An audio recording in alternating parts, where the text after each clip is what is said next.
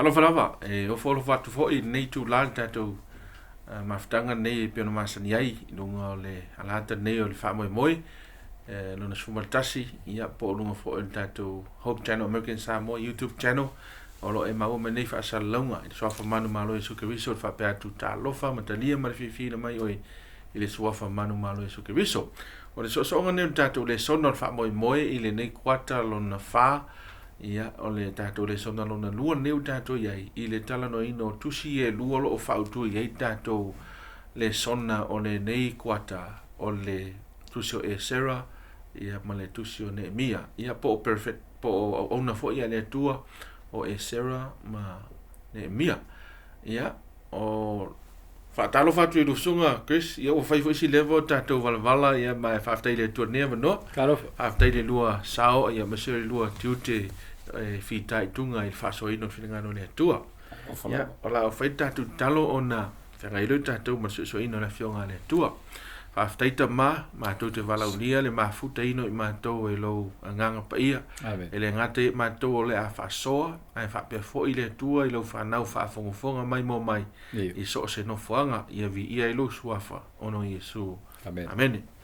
Ia, o len tatu tala no ina pe na rua faso fo il vason tatu nei I le am taino tatu le sona I swafa ia po o tangata ia to lua o e Sarah ma Sarah papel ia o tatu le sona le fa autu I au ona ia le tu o e Sarah ma Nehemiah le la tatu o mai le vai solo no lua ia fa autu ina ia Nehemiah le la si tatu tata no wa le tata no le teimi o tal fa solo pito fo ile o le nu o Israel sa fa ta fe ai I Babilonia tal wa ile le leusta o umona na la pata I Jeremia ila no fo ia nga luenga Eskielu ila no fo ia luenga ia ai fa pangale le I usta le la wa fa tanga te toina a tanga la ia le fa nga ne le tua o Sarah ia ma Nehemiah o tatou mau o tūna mo Nehemiah mta pa mo foi pe fasu ma le lim pe len tatou fai tau mo ia ona vatu le no te lua faso ma I foi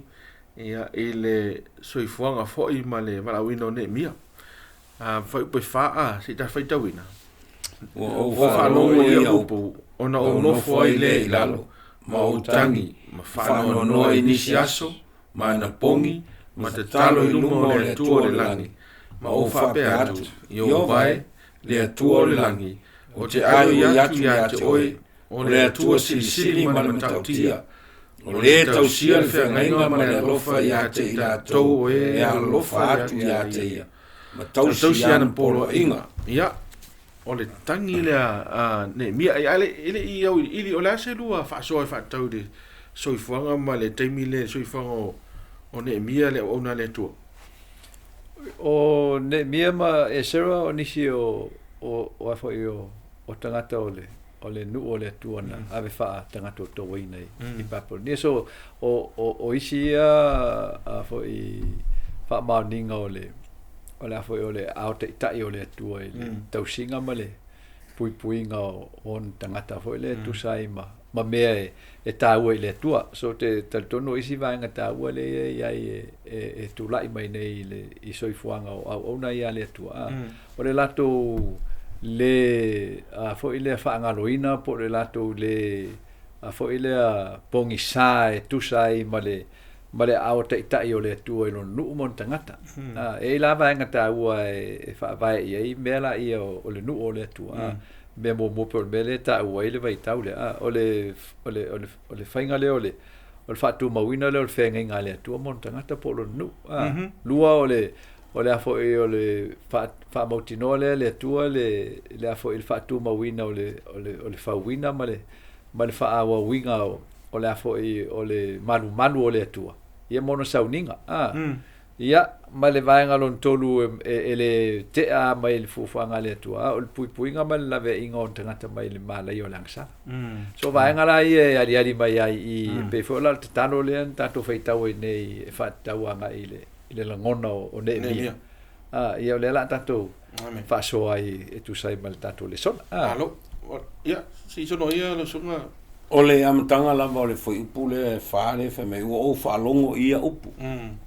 O le whesili o a upu ia whai mai Nehemia na o whaalongo ia.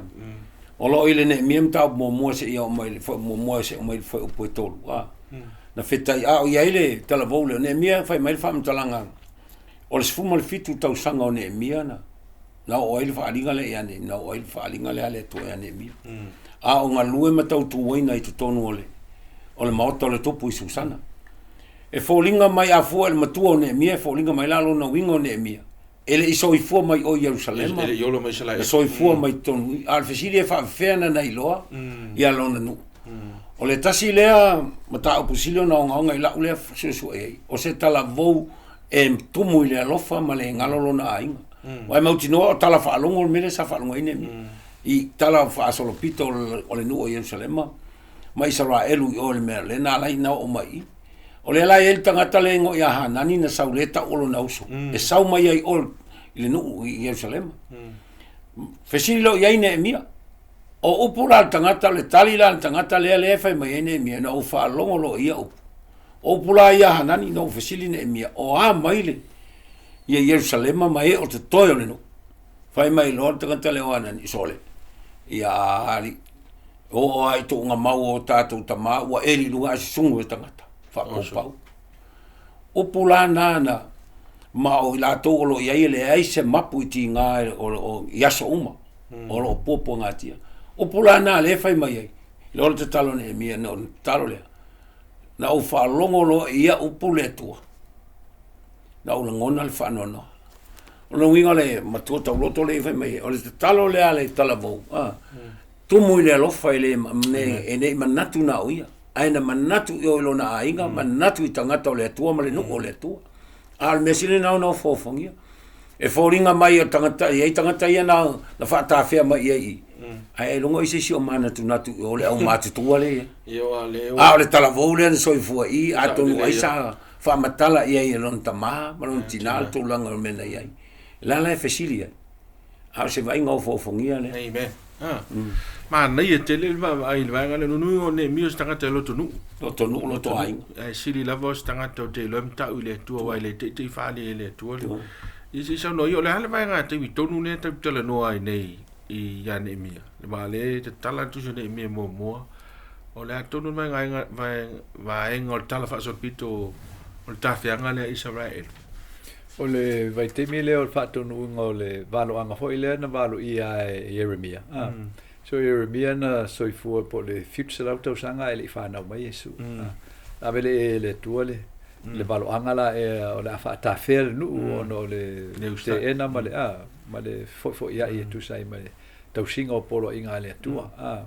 Ia a o le tulanga la ele fo ele mai ne ta su enga ia lo ia le wingo na me o le te ena mal solingo o tu la fo no le tua. Ia a fata nunga la o le valo anga la fits futa sanga fata fe le tal no la i tal nota to i o uman a to ta sanga la fits fulu te mi otani ia ai a tol fits fulu no tu la me kuresa I mean ia kuresa kuresa len tu la mai kuresa to lima selau mon tu puta sanga pe to lima selau tols fulu mon tu puta sanga fits fu motu tau sanga fa nau Yesu so vai tau na le tal noi o le o fa solo na matua ta nielu tupu meia o temia o ai foi o Nehemia o ilalo il temio aritasita o le o to ia taniel on te tanielu moni a o umal valo anga hoila ena ave ya tanielu le tanielu iva ya fua mai temi what way le polo inga e to e ati na Jerusalema mo no pa ia o le temila e mataina fai tau le valoanga la le fo e fa solo ai le fai tau o le fo o le fitus fulu vai sa so vai temina le total no ai so vai te tonu le o uma le meeting ave anepkanes ia ma fa ali mai le tua le tu mau o lana pule i lana fuafuanga o le fa o tanga i le langi mai le laulang ia me se laulang ia po ia fai nga malo tu lai mai ia o le tua na te fa solo so le te tal no vai te mina so le mira le tal no ta to i o le tausanga faselau mon tupu ale whanau Iesu. O umba le whali ma fitu. Leo wha soloanga i lalo le faselau fasefulu o tausanga. Ale whanau ma Iesu. Leo o iei tātou. A te minau Neemia le tātou. O le ato nua la mele tupu i wala iona whanau noa i a Neemia. O le matatalo i le atu. Te mire tu lai mai Neemia. O tu sale ma le sifulu ma le lua, le sifulu ma le tolu tausanga talu na umal whaatononga kuresa le na ave ia e sero ma. Ma se papelu ina ia toi fo ia atia ele. Le malu le tu o le langi. Tu sale ale whamtalanga o fase lau whalima tila mo. Toi fase lau whasulima tausanga whanau Iesu. Le alana o le mela lena tu. O na ena a wina e kuresa ia. Le ia e sero ma se papelu toi a toi wha el tawhianga mo e atia ele malu. Ai te iwo atu Israelu ma sa iuta atia ele malu mo whainga alwenga. Ai fala vela vea ele wali ia au tafa malo fa popo. Polo kai lo ngal weng. Le polo kangala na ngal weng ale o to o ala le. Po nga ma fa ngata ele no. Taloi o ta fia ngal weng. A o tele tanga tala o ye o ta fia. La o polo nga ya tanga ta fa mai o i tu nga maulena ko mai tala ya nani fa mai ya Neemia. O i tu nga mau o ta tu ta ma o su nu ye no fa popo. Tala la le no fa no ai amantua. O lea ua uma na avel whaatonunga, ale taimi tonu leo tāriu len tula i mai eileo. Na ua uma ia kuresa so mai matari. Lea na tāo fia ngā ruang. Ina ua a mai le tusi a tangata whaapaupa. Wa le mea tonu ale e tusa male whaamatalang. O le mea le na fefe ei malo ia. Whaapaupa e si o mia Jerusalem. Na le mana o e toi tula i mai. Le malo Israel. Na lato loa mua i tala anga le tala whaasolopito. E le se malo whaingo fia le malo Israel.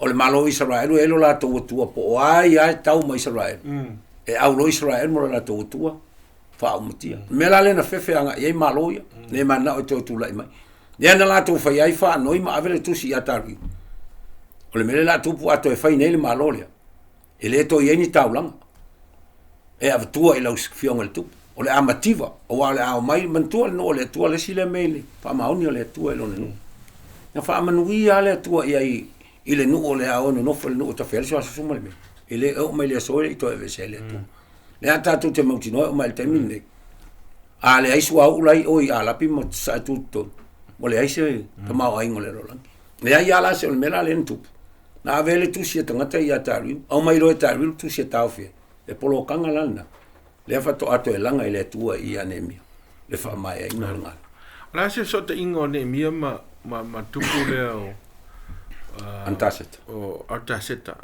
La se la so te inga wala la te wala iona. Wala iona whaingo fie o na ia langa ina mta upu nei. Wai leo se me whaingo fie le watu tangata la au mau i nu ne ono whaatawhianga. Ia watu a watu sona mana o ngai te tupu. La se mana ngai o inga le atua. La se me te ta uai mo mai le vai. Me e lata tele le fo so ta inga le wa o so ta inga ye na mata mai lava te mo Danielu. Tanto i loa fo il te mo Danielu un papo nia ne kanesa se tau mai lava ya kuresa.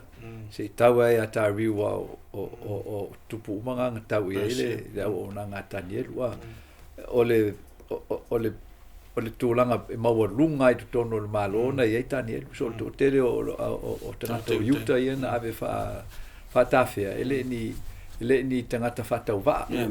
Sa whaatu muina le ngango le atua.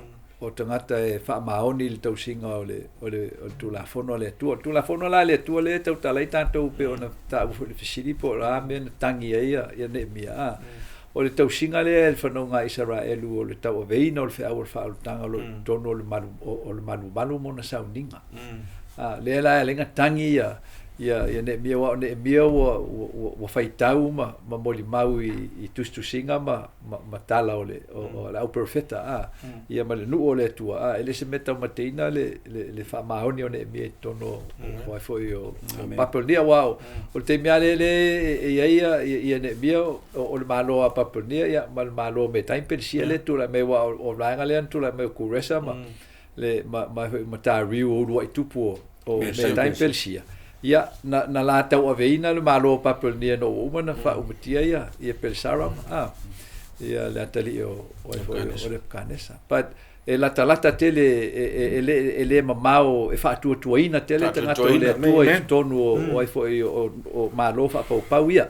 So e leise fisilingia o le foi o le whaatuatuaina tele o tangata i o le atua i tonu ai foi o le malo le o ai foi o arita seta. So o tupu uma ia na lato malama le tala whaasol pito o nu o le atua. E le pomisai. Ele ngate malama i tala whaasol pito au o lato malama vo i le atua. Ela te malama te lai le atua me se ala le senga le se ia tapo inga whapau ma tapo inga le atua i tonu o le manu. Le manu ale o le whalfita whai. Le na ave le atua ia mose le ata. O ina lai ta oto mai a le whaatinonga. O le ta inga le atua. E le ngata i le awala e ifo ai mata pua i le ngata i le atua. Lo na whaavai atoa. E whaavai i le afo i valo anga o le sau o le Mesia. Awa o le autul na o le whaatutuanga o le nu o Israel. Ave ese lai o le manu. Wa ese fo i lai o e male whaavai o le tapo inga wha Israel. Wa le tal tonu i le afo i le folanga o le Mesia. E te le o tuli matai i le sau o le Mesia. Me la ia le tangi e Neemia. O no le vaenga le no mo i whaafo inga len fo i le teime o e serama. Le no e ma fo i serpape. O le vaenga la ia le ta ua o fia tau sanga tau no. Ia ta uma ia le ele umal nga duenga. So le isi le men tupu i tangata o le atu. To atu fo o. To fo ia. Wala to le tausisi le ngaluenga no e faima vai ia wa tele tala fa tau le men tupu o so faima fa vai mai e tupu mai fafo ia vaenga le e faia le ngaluenga la le tangata ese fo o tangata yu teia la fo mo fo ai ka fainga io o tangata yu teia fo o tangata fo pe o ka fo ia wole to ke siano an masani ke siano le vanga le ko lo so le tau e tau le ngaru le nganga le tua wai ele I fa fo le tua le plan le tua la wai ma mata le ti tulunga intervasol bitu ele I fa fo ia ma ti mekas ai fo ringa me la sir fie le tua a o le se vai ngale e me kupu mai e kaunga I sis ka I e kaunga le tua le fo ringa me o Nehemiah pinga set up vai le tua. Yes. Yeah, no la. I think tofu umeta to male au nga I le tua molon feelinga. Pe au ngin ka ko ska I le ku. We are set up by God for certain things. Pe ale motusia nal tato so te inga mala fionga le tua. E ka ua ke le ka kalo le wa I le ka ke lo le secret. Le ka kalo I mielo sunga le fa upunga e lima nga e sa waile pe o nga me le criteria nge mia le wa le ka ngo tangata o le vanga o le ngu fa pau pau o le vanga o le fa lo kupu fa pau pau ai fo ringa mai langa ka kalo e ka kalo ye so mai le kua mongi le langi malala e la so nga le vai ma na ia vai ngol talo tangata le ne o ita tu te lo ai na ilo ai ne mia le tua mai lona la titi ona folinga la wa fa mai o le fesota inga o le tupu ma Nehemia folinga mai tau le tupu tangata le tala vole o se tangata folinga fie I so ele se fa no ai fa to ava ai ale le tupu o sui folinga fesili no o le tasi le o onga mo tato e lama matutoe o tato folinga e foli e ta o tuai tangata le tala le ima le tuale tato tapo ai wal mena le tupu ya Nehemia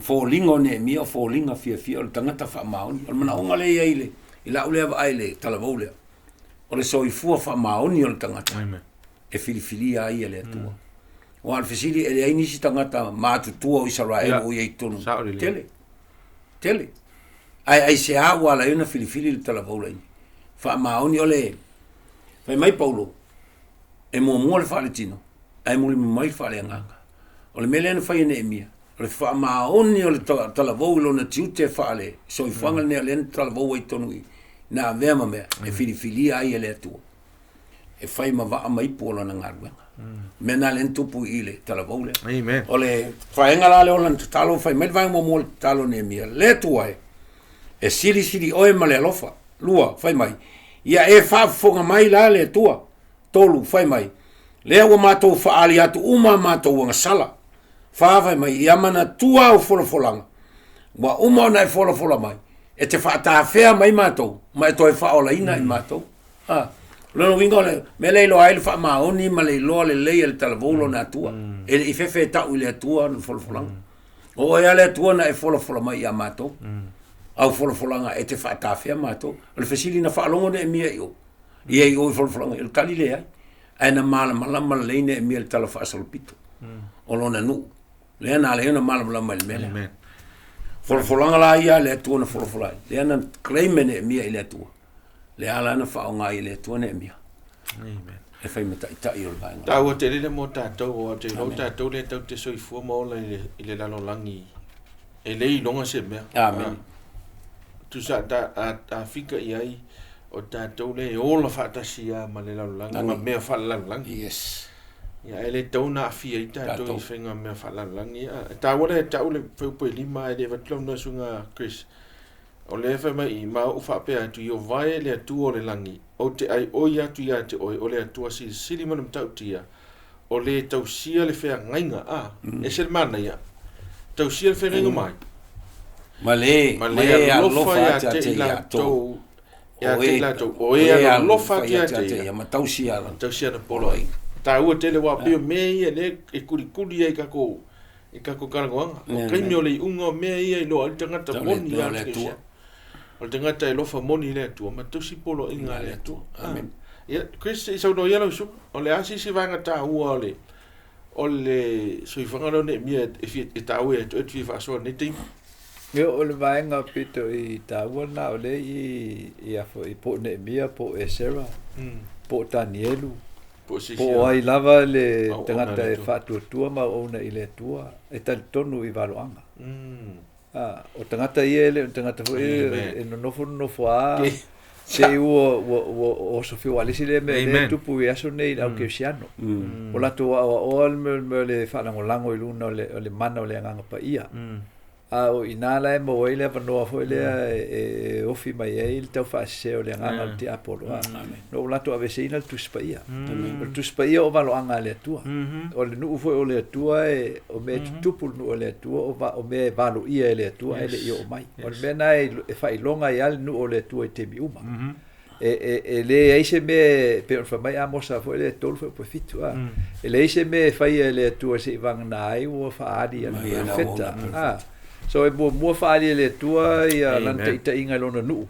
Ai muli tau nuu mela ia. Langa o le whailonga na o nuu moni o le tua. Le fo ila e o mai nei ai le so pe fo o tata. O le tata non nei.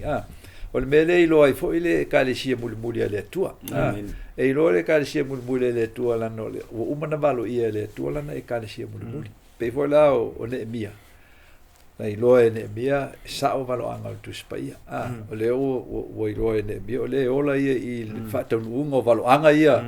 O umal fitus fulta sanga. O le la o ola Nehemiah i le taulai i le lumanai. I le faitau o le fitus fulu vai sa. O le ho ila e ola mai Nehemiah o le e fa longo Nehemiah i valo anga ia al perfecta ia Daniel. Wa o mena e ale na mawa ele le vai tau le o la Nehemiah. O le foi la e a foi e vesi le fa na o le tua e fa tau nu al fin ngalo le tua. Faulo mal man. Ai sa. La ngol malu la e tonu le fa le foi le fa au a toa al fa. Le fa vai lu ngol folanga. Saul Mesia. Amen. So le la valo ia le tua la o mai le Mesia. Le foi na la mai e Danielu le fia vai aso. Le fia i lo e Danielu valo anga ia.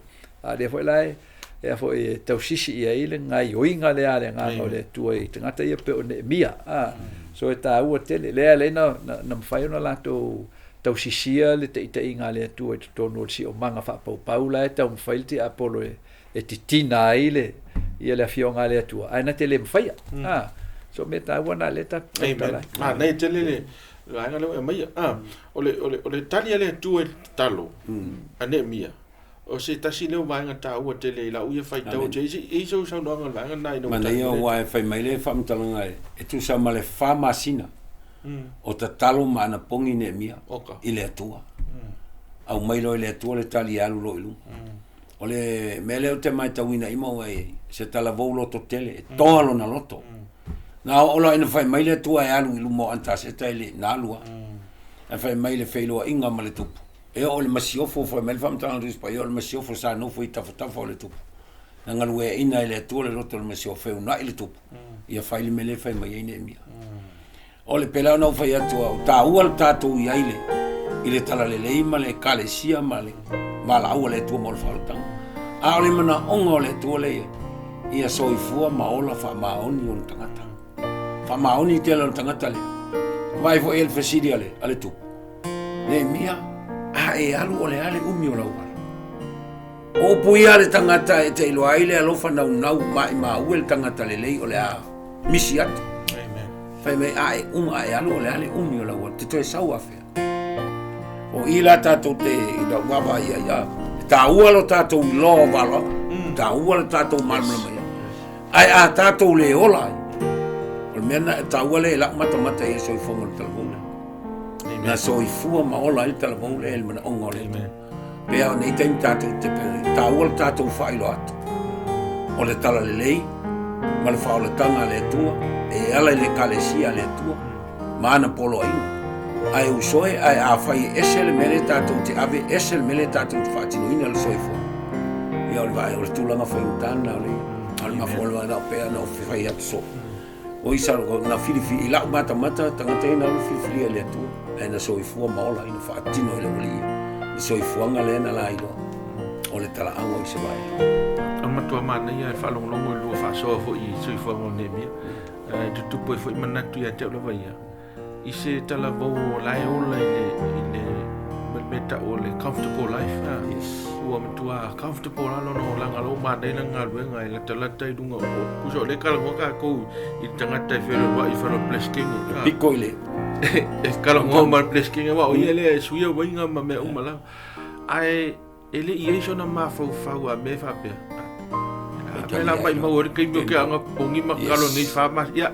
Ango ka ko kasin masinga kumsalo wole ai se me fa pe wala kinga inga me la kinga ko malo inga mo ma wala e fie mosku a o tengata la le okay lol ko inga o le speedy fo le male nga le ka nga mau ai ka nga u malava ka u ke siango waso de amen e ka kaunga ta tole manatu ia ma fau I le fuanga le tua malana fa o tanga amen o tangata ai o ke mafufonga oi yes o me ngale o ma mafia kilo kirsia e na kirsia no lava ile lotu la sapo la stona ia o le olanga to ile sona nga o ia la ke mafufau ye malona ai le mafufau le manuia la te fa o tanga la te tangata ia pelan tato mai tau se tala vo na matango fino so ifanga le tala o Neemia amen la fama sino talo to atali mai ia la se la unga no fai tangata o sa unia ele tu o le fai u tato le sona ile sa unia to le fai lono ida ngalo fai u tato le sona yo o foi o le talo le o tangata fatu tua fata tali le te ngale tu wa le tau lungal na o tangata soifua maola ele soifua mai tu sai mai fini ngalo le tua na te le fai fu se be ai na te fatu tua ma te tonu ia fio ngale tua amen o te ngata fatu tua te tonu le fio ngale tua e pe o valo anga o tu spai e ola fo I le tapasala e le ola mo ia o la e ola mo lona mana tu natu I fatu wino o le valo anga o fini ngalo le tua ma e ola ina ia vai e lona soifuanga ia lona ifo mo lona tapua I le tua mena lenga ese Neemia mal tele o manga lento o palo ai sautala e ka o mai ese mera e fai ka ko ola e fai tau tu foi le o hakai ma sakaria le le o perfecta na o te mi o manga le tatu tau le I fa o puma na e fa me ia hakai foi la o to mea ma to no foi fale tafapa vai to fale mo to boa ia towi ia ai vai fao como kanga e pupu so to inga bena leta uma ia o buli to ese o le tau sisi I le soifuanga o tangata e ana I le tu mama tau I le tu ai mata uma ana I le tu e fa e o e le tu ma to e fa o e le tu e te tau tala I mal fa maros e te tau tala i mare le fefe. Aisa, la awina o le malosi o le afo o le finangalo o le atua. Ia male lango atu o le pule wha le malo. E peo mele ne Neemia. E anu male malosi o tusi. E avatu le tupu. Ma polo a inga le tupu. Ina ia po mea mana o e whai.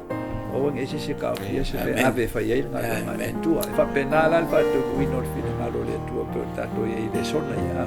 Ia, ma o fōlinga na o fo o tātou ne matau le tua man ana lon finangalo matau sisi le fionga le tua mena le o le vea i tātou i o nei o tātou ave se le fionga le tua e mai le i tu spaia o tangata ave se le fionga le tua e sa vali le poksa e sau no fai o mo tātou Neemia e sau no fai o pua o le launga Neemia le fai le tupu e tali ai no ofisili le tupu pupu ia sa o straight message ala la Neemia pa me Neemia le tupu a ule fa no fa fe o lo o mai tala o popo nga tio tangata i sa fa mai lo mal tupu o le ame te mla fa i go fie a ve sa o al fe auto sa e o mai fo le tali uma ta pena ile tua mo tangata amen ya na we fa fo mai o le wo ya me se pa nga masa no tatu ko la mel nei a ese fisili fa tau tatu LESONA au ne i tu all of sil